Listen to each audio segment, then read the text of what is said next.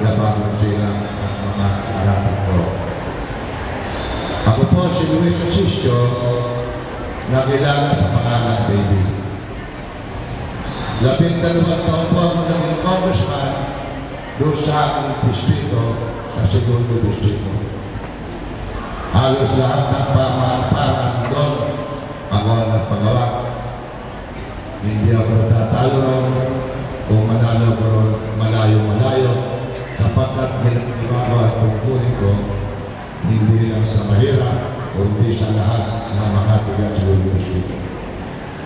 Pagkatapos na pumapagawa ng mga proyekto ron, nakikita ko ang kulang at wala sa serbisyo ang mga taga-primero distrito.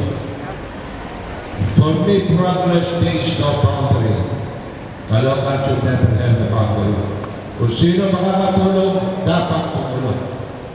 Hindi siguro maalala to, nung dating lumaki ang Sabata Road, ako ang nagpagawa niya. Yung Congressional Road, ako ang nagpagawa niya. Pero wala kayong makita ang pangalan ko. Bagong Barrio High School, ako ang nagpagawa niya. Nung sinisingil ang mga taga-Bagong sila ng NHA at merong pantang eviction dahil hindi na makabayan, nakipag-usap ako kay Pangulong Erap na kumari sa hirap ng buhay, suspindi mo ng lahat ang pagkakautang ng mga taga-Bagong sila. At yun ay ginawa ni Pangulong Erap.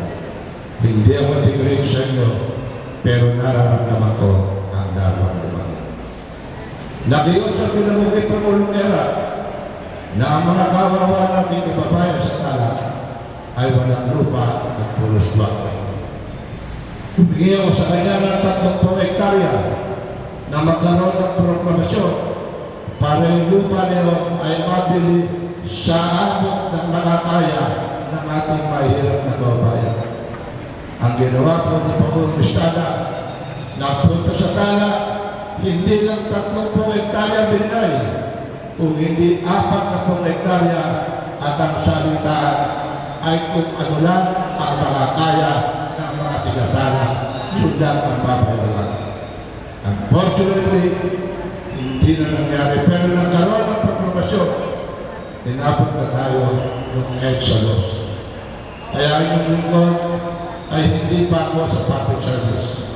I've served my people.